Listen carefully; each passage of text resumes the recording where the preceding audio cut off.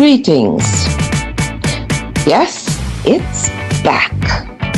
Welcome to Life Love Lessons, Series 3 for the Children's Sake. The focus of Series 3 is the future, our future, and the future of our faith, namely our children, our youth, and the lessons they need to empower them to create a life they love and to access the more abundant life Christ promised. Join me, Teacher Hazel, on Mondays at 6 p.m.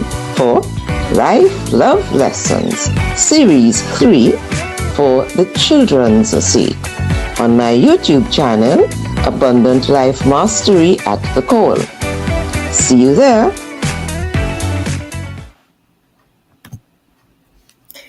Greetings, hello, and welcome to Life Love Lessons, Series 3 for the Children's Sake. And today we are on Lesson 2. First, let me apologize for the delayed showing of what should have been a live program last Monday. But I am learning my technology lessons. So the issues are not failure, they are feedback. And so I'm getting braver with the tech as I go along. And so today we are on Monday, the 7th of July, and this is Lesson 2. And as usual, we begin with an acknowledgement of our Creator and Sustainer. The light of God surrounds us. The love of God enfolds us. The power of God protects us. The presence of God sustains us. Wherever we are, God is.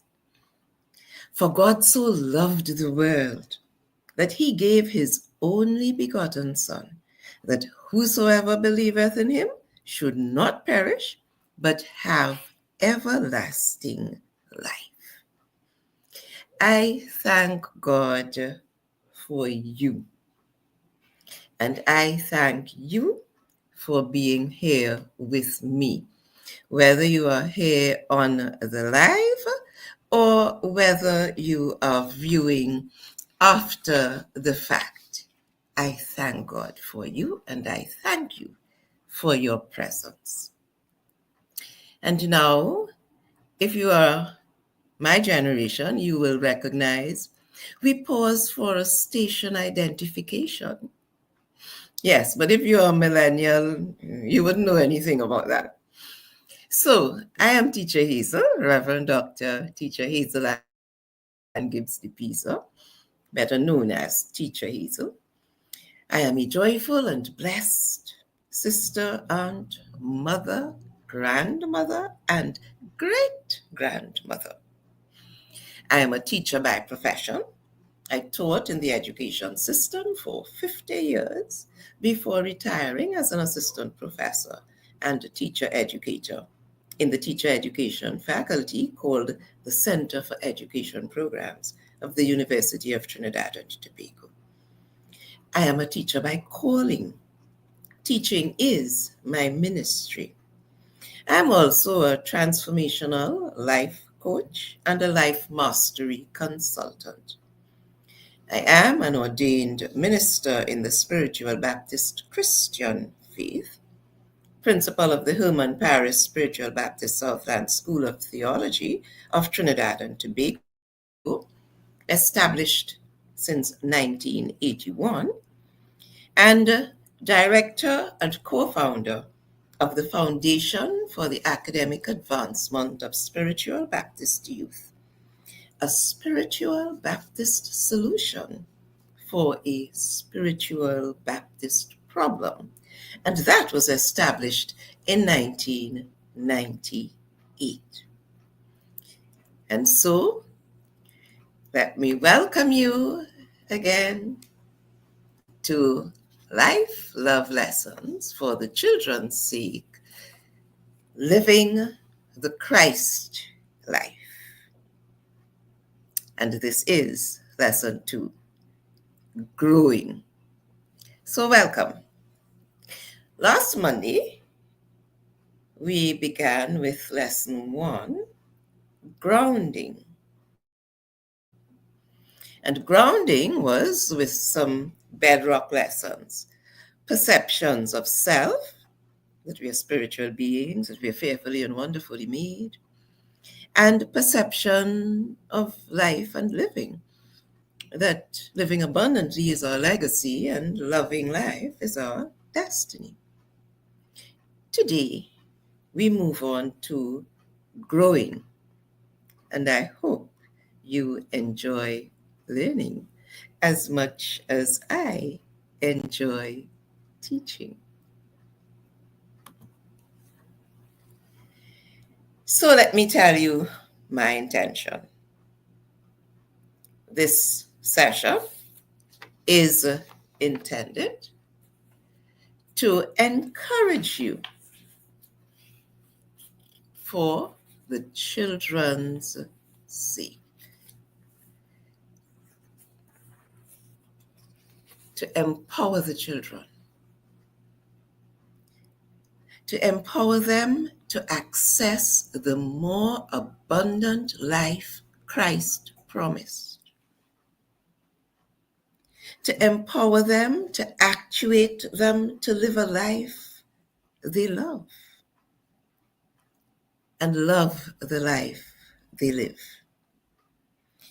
and to maintain the authenticity of the spiritual Baptist Christian faith. Yes, that's the intent.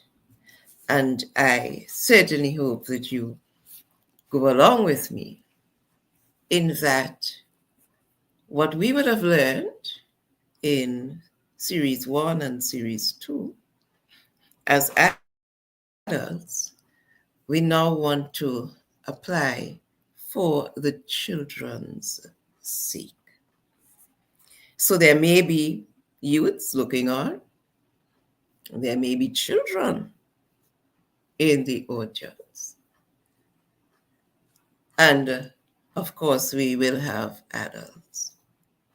So whether we have to pass it on or they are here to imbibe for themselves, the fact is we want to give the children the opportunity to live a life they love and to love the life they live.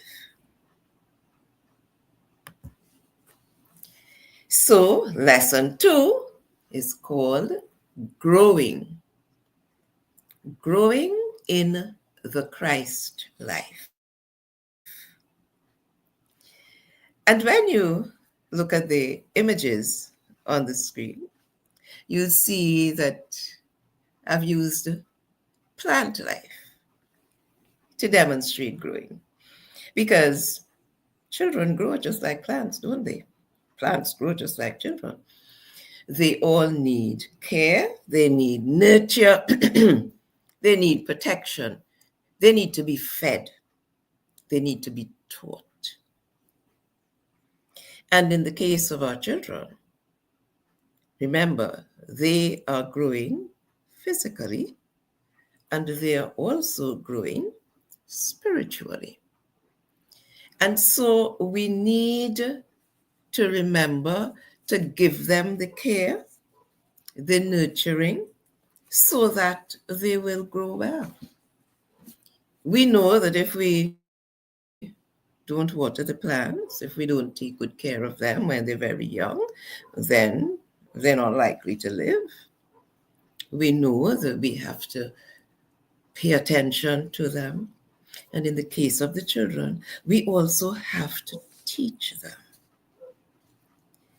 And we must bear in mind that, as we would have heard in lesson 1, children learn what they live. So even when we don't teach them, they are learning from what we are doing and what we are saying and what we are showing them. Yes? And I just want to highlight a few things from that poem. When children live with encouragement,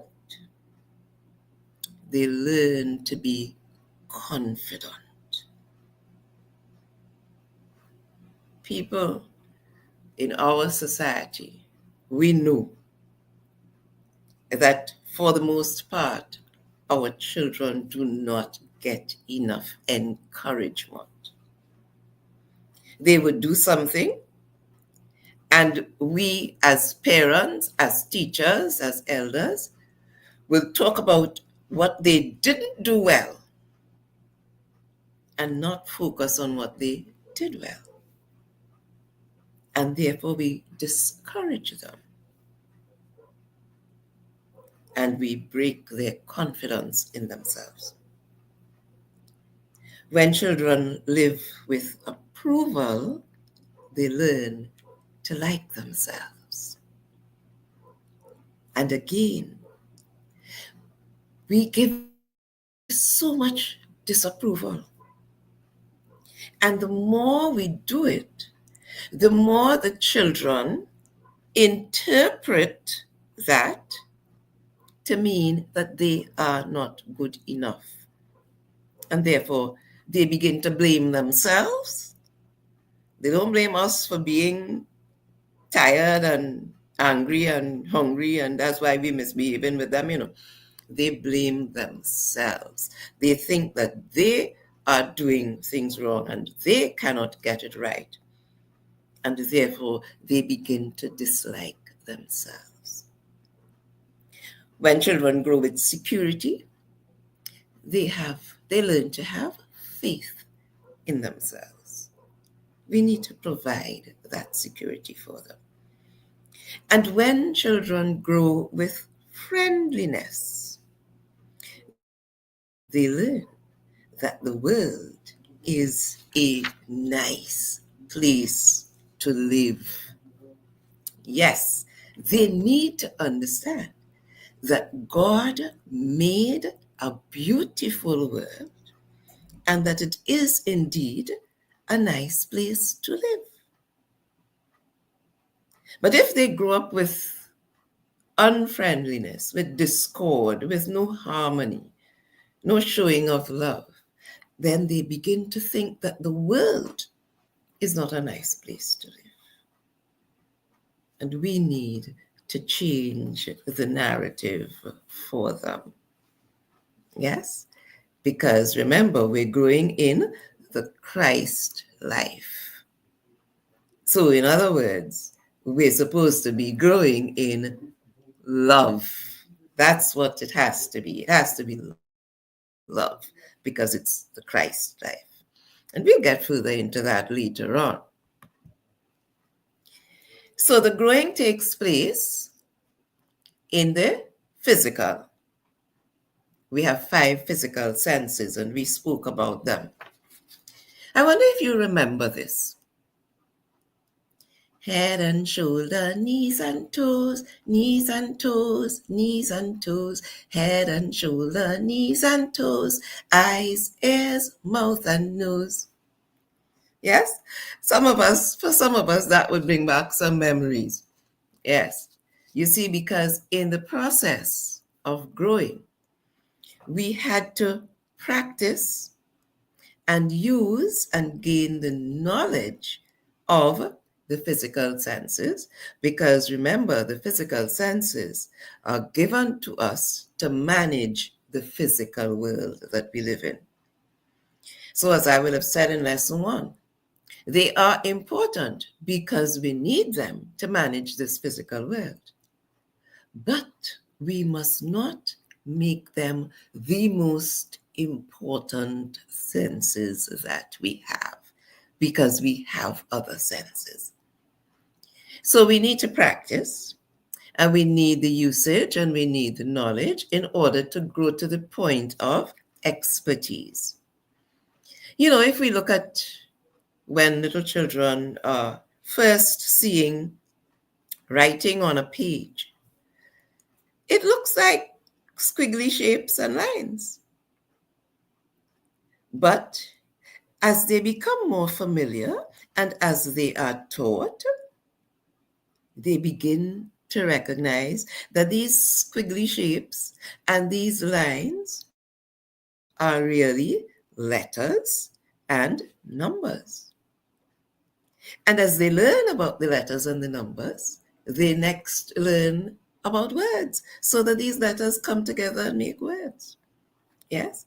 And then they learn to read so they can read the words and they can count the numbers. Practice, usage, knowledge will take us to expertise. And we are fully aware of that where our physical senses are concerned. But remember, we're not only growing in the physical, and therefore we also have to pay attention to the spiritual senses, the super senses, right? And remember, we are born with these the same way that we are born with the physical senses. We are born with the spiritual senses, the super senses, right? And we would have looked at 3 of them in lesson 1. And these senses go through the same growth process that the physical senses go through. We have to practice, we have to use, we have to get to know in order to develop expertise with them.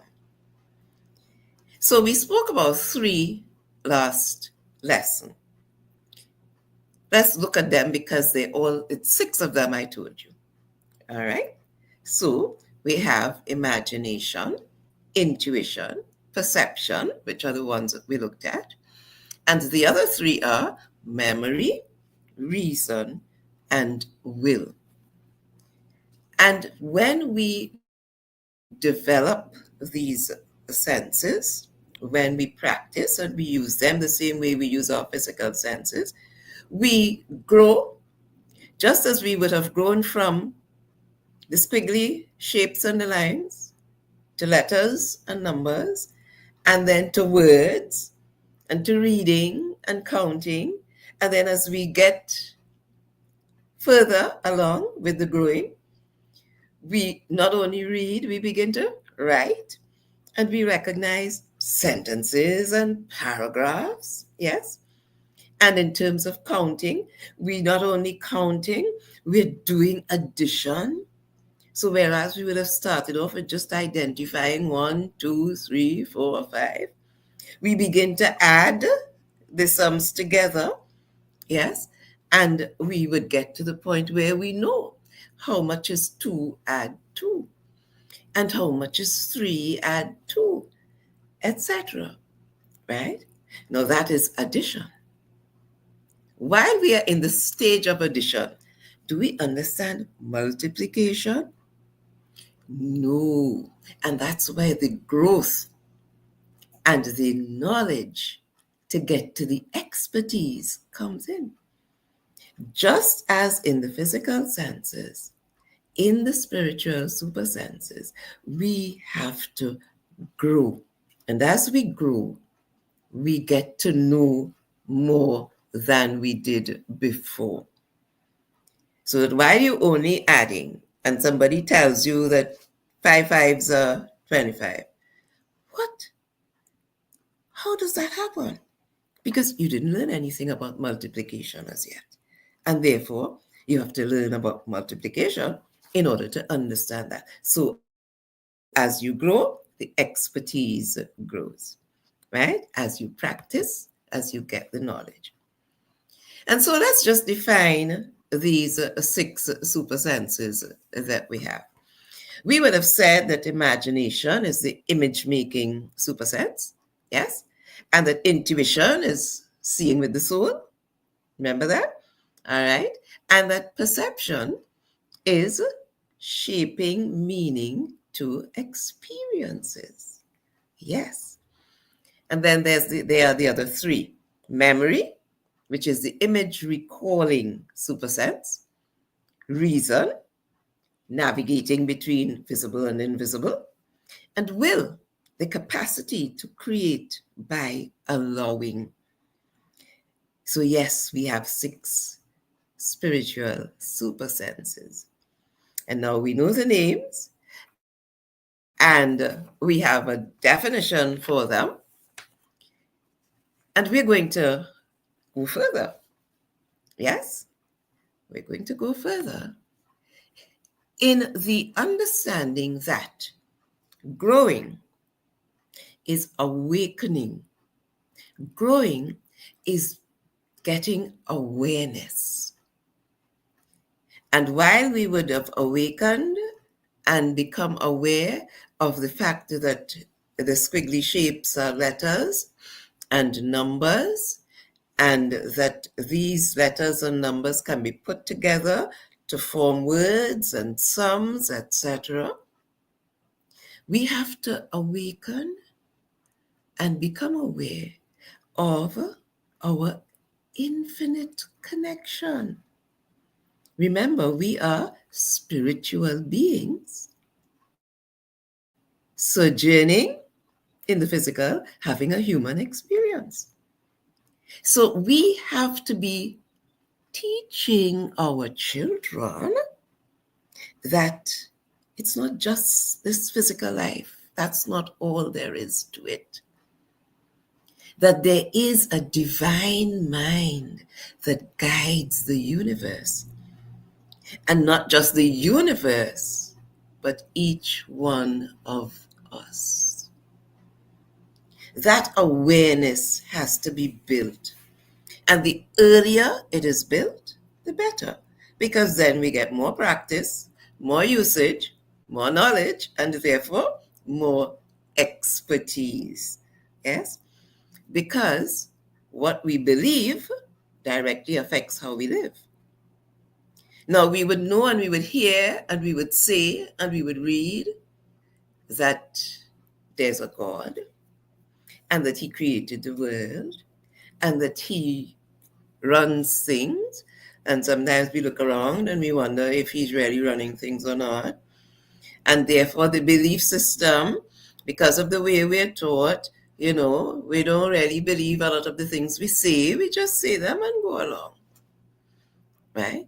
But it is what we believe that directly affects how we live. So let us go a little deeper into the spiritual senses. And we are going back to the 3 that we mentioned in lesson 1 and go a little deeper. Practice, remember? Yes. So we said that imagination is the image-making faculty because we think in pictures, right? If I say door, you don't see the word, you see the picture, right? We think in pictures, yes? And we need to get to the awareness and bring our children to the awareness that everything is created twice. And that's the importance of the imagination faculty. First, things are created in the thought realm, in the imagination, in the spirit realm, in the dream world. That's the first place. And then it is manifested in the physical realm, what we call reality. But the real reality is in the spirit realm. Because if it doesn't happen there, it cannot happen here. So we see the balloon and people are in the balloon and traveling up in the air. Somebody had to imagine that and create it in the thought world before it could have manifested in the physical world. And that's why we have to encourage our children to dream. And you'll remember from last lesson, the dreams they dare to dream really do come true. We have to encourage them to use their imagination. And I am recalling an event. I went to a meeting in a primary school on Laventille Hill many, many years ago. And while I was waiting for the meeting to begin, I went into the classroom and I walked to the window. And the view that I saw from the hill through the classroom windows was amazing. So I asked the teachers when we got into the meeting, have you all ever given your students an exercise to look through the window, see the sights, and write about it? No. Have you all ever encouraged them to just look and see the beauty that is around them? No. Now, I couldn't understand how they could miss that teaching moment, especially since the setting on the hill is not so conducive to dreaming big dreams. And here they had the opportunity and the avenue to help these children to use their imagination to create pictures of a better life and a brighter life and a more beautiful life simply by looking through the window and seeing all that there is to see. And one of the things I remember a lot about that visit is that when I looked down at the dump, it was so beautiful. It reminded me of the song From a Distance, because what I was seeing was the sunlight dancing on pieces of glass and silver and tin and what have you. And it was presenting such a beautiful view. And I was saying to myself, but I'm sure that's the dump I'm seeing. But you see, the whole point is that we have to encourage our children to use their imagination, to develop their imagination, so that they can create mental pictures of the life they would love to live. Imagination is important. It is an important gift and spiritual faculty that God gave to us. We need to dream, and we need to encourage the children to dream. I'm sure I would have said to you in last lesson, don't stop the children from dreaming and tell them they're wasting time, because they have to dream. If the caterpillar stops dreaming, there would be no butterflies. I'm sure you remember that. Yes. The next faculty that we spoke about, super sense, spiritual sense, was intuition. And we said that it was the gut feeling, that hunch, that sixth sense that we talk about, right? And I said it's not just the sixth sense, it tells us there are six other senses than the five physical ones that we make such a big thing about. And I recall also saying to you that prayer is man speaking to God, and intuition is God speaking to man. Yes? And that intuition is a sense of knowing how to act spontaneously without needing to know why. Yes? So the gift of intuition is the gift of knowing without reasoning. And that's why we refer to it as a sixth sense, a gut feeling. Because when you get it, when you pay attention to it, you realize that even though you don't understand all the little ins and outs, you are sure about what you're feeling and what you are knowing. And that is the connection, the divine connection, God speaking to man. And he speaks to us every day. But of course, we don't usually listen. So intuition is also described as the whisper of the soul. And one sage says intuition is only as loud as our willingness to listen. If we're not prepared to listen, we won't hear when God is speaking.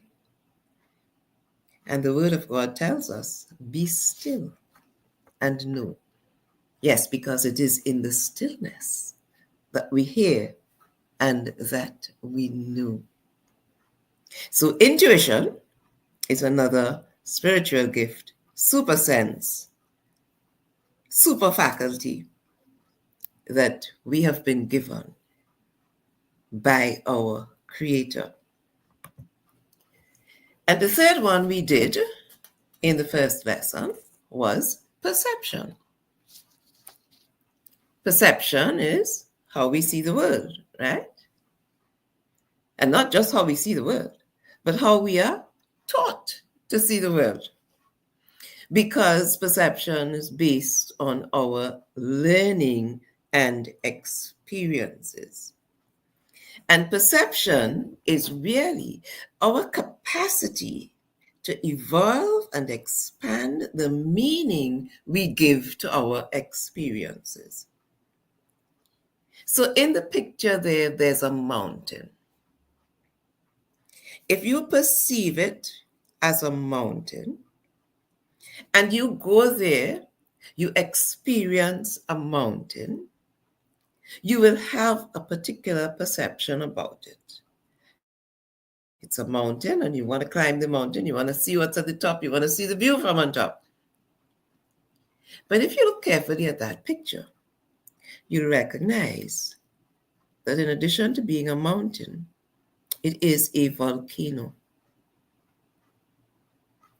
Now, if your visit there was when the volcano was erupting, your perception of that mountain would be different from if you went and walked on top of the mountain and saw the view and came back down and found it was so lovely. Because the experience will color your perception. And depending on your perception, your response will be different. Yes? And this gift of perception is also our capacity to find the seed of good inside everything. Now, that is a contentious statement. To see the seed of good inside everything. The word tells us that all things work together for good to those who love the Lord. And if you love the Lord, you're supposed to be able to see the good in everything. And perception gives us that capacity to do that. Because remember, when he made the world, as fast as he made things, he made sure that they were good. A line of a hymn comes to me, the vilest offender when he believes. Huh? That moment, a pardon he receives. Yes? You would see the vilest offender and say, oh, he ain't nothing good in him. Right? I remember, going to the prison, my first outings into prison ministry. And in talking with them, we were talking about the fact that no matter how bad they are, God sees good in them. And God can make them into good. He can transform them. And even if it is on the last day before, let's say they're going uh, to be put to sleep, and they repent and believe, like the thief on the cross. It was at the last minute that they can still receive the blessing of salvation. And I remember one of our ministers saying, but that's not fair, after the service was over and, we were leaving and talking outside. But that's not fair. I said, why? What is not fair? So after I suffer all these years working hard for Jesus and going through all the persecution, running from police and all kind of thing, somebody gonna do all the wrong things all their life, and then just the day before the dead, or a week or a month before the dead, they ask for forgiveness and get it, and walking into heaven with me? Well, that's the way God planned it. It doesn't matter what time of the day you come into work. What does the Bible story say? Same penny. Yes. It may seem unfair to us because we working since morning, but the fact is, the owner has the authority to do what he wants with his money. Yes? Because he can see the seed of good in everything. And we need to remember that our perception is our reality. And therefore, we need to provide experiences for our children that will shape their perception, their ability to evolve and expand meaning from their experiences in a way that will benefit them. If we give them good experiences, they will understand things in a particular way. Their perception will be different. But if every mountain we take them to, we show them it as a volcano, then they won't have a love for mountains because they would be scared of it. So your perception is your reality. If you perceive this to be a stumbling block in front of you, you're most likely going to fall over it. If you perceive it to be a stepping stone, you can step up and over and move on. Your perception is your reality. And that's why it is said that one man's dinner is the next man's death, right? Because how you perceive the life determines the life that you have. And therefore, we need to give our children experiences that will shape their perception, that gift that they're given by God, that capacity that they have to evolve and expand the meaning of their experiences. And so we've looked at the three that we would have done last day. And we know that we have 3 more to do, and we will go into them in some depth. But let us recap at this point, because that first lesson was the lesson on grounding. You see, and we had to get the whole question of the perception of self. the perception of living and life. If the image that you have or that our children have of themselves is one that says they're no good, they can't amount to anything, they're useless, they're worthless, they're worthless just like their father, or they're wayward just like their mother, once we feed that into them, that is the perception of self that they would have. But if we feed them the truth, we have had a lot of miseducation because of our history, because of all that we've been through, right? But we have got to a stage where we are learning that a lot of the things they told us are not really true, and we have been able to live above them. But we had to struggle to do that. Can you imagine what it would be like if we had known that we have worth, and if we had known self-esteem, and if we had known that we could dream and we could become anything we want to become? It would have been so much greater for us. And so we need to change the narrative for the children's sake. Even in terms of our perception of life and living. Living abundantly is our legacy. But we have been taught that life is a struggle and you have to fight hard in order to make it. We have a God who loves us.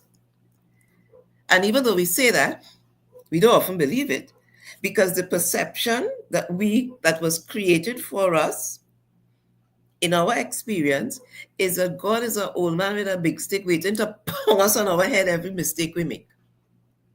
Now, how could he be a loving God if that's what he's doing? So the long they're just watching and waiting for us to make a mistake. Right? Yes, when we make mistakes and we do wrong things, we will pay the price. But that's not what he sets out to do. He sets out with love. He gave us abundance. And that's why Christ came, so that we can have more abundant life. So if he didn't give us abundance in the first instance, he couldn't come to give us more abundance, right? So he came that we may have more abundance. And therefore, abundant life is our legacy. And loving life is our destiny, because God made everything good and beautiful. He provided everything for us. And as we go through these lessons, we will look at some of the finer details in terms of the aspects of those things. And therefore, we need to encourage the children to dream. And don't tell them they're wasting time when they're daydreaming, because it is the dreamers who usually excel, because they would have created images in their minds that they could aspire to. Remember, if the caterpillar stops dreaming, we'd have no butterflies. So for our children's sake, we want to dispel the myths and replace them with the truth. We want our children to know that God provided abundant life for us.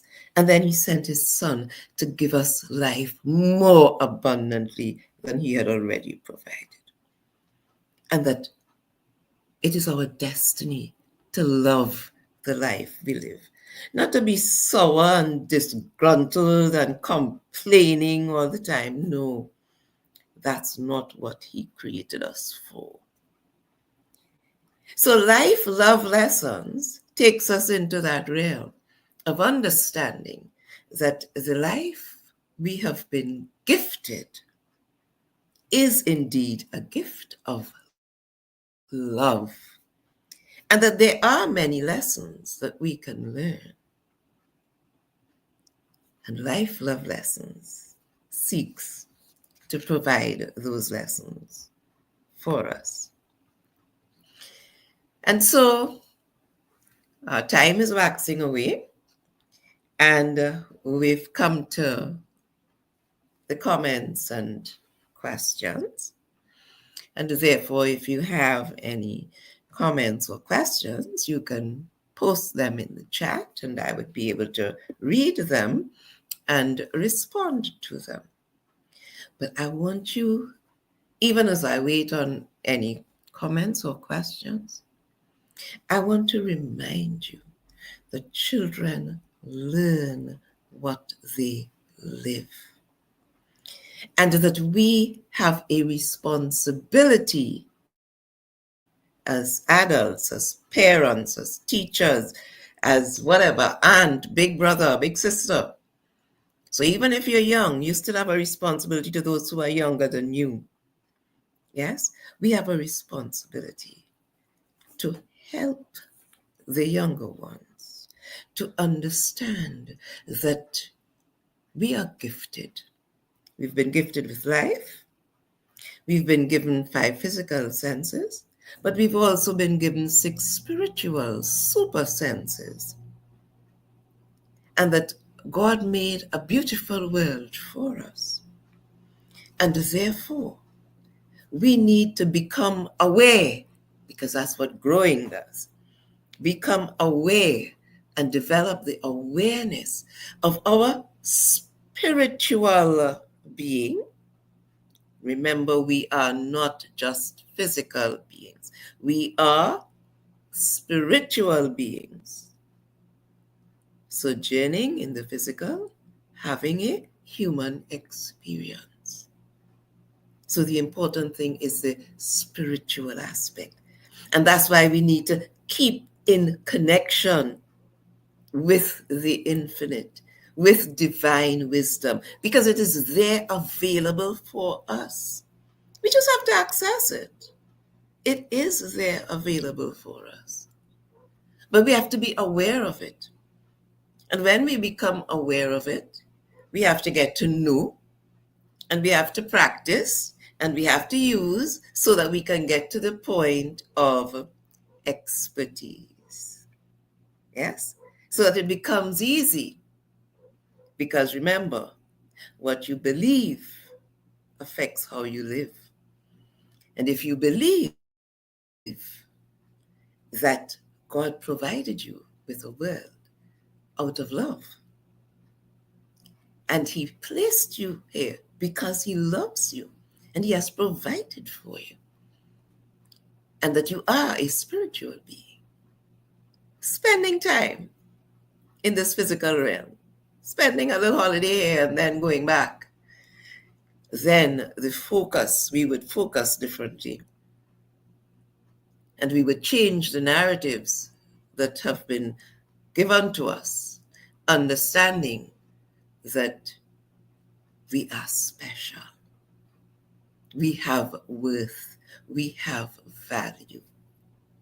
Much more than the 5 physical senses, much more than the physical world that we see around us. And we'll get to the level of believing. You know, the world tells us seeing is believing, but the word of God tells us believing is seeing. That's seeing at a different level. And we will get there in our lessons as we go along. Okay? So I see we have no questions or comments coming in at this time. So let me thank you. Hope that you have enjoyed the lesson. And I look forward to seeing you next Monday, same time, same place, for more of Life Love Lessons for the children's sake.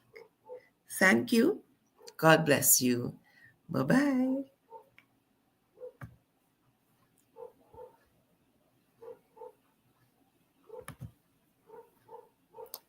Bye.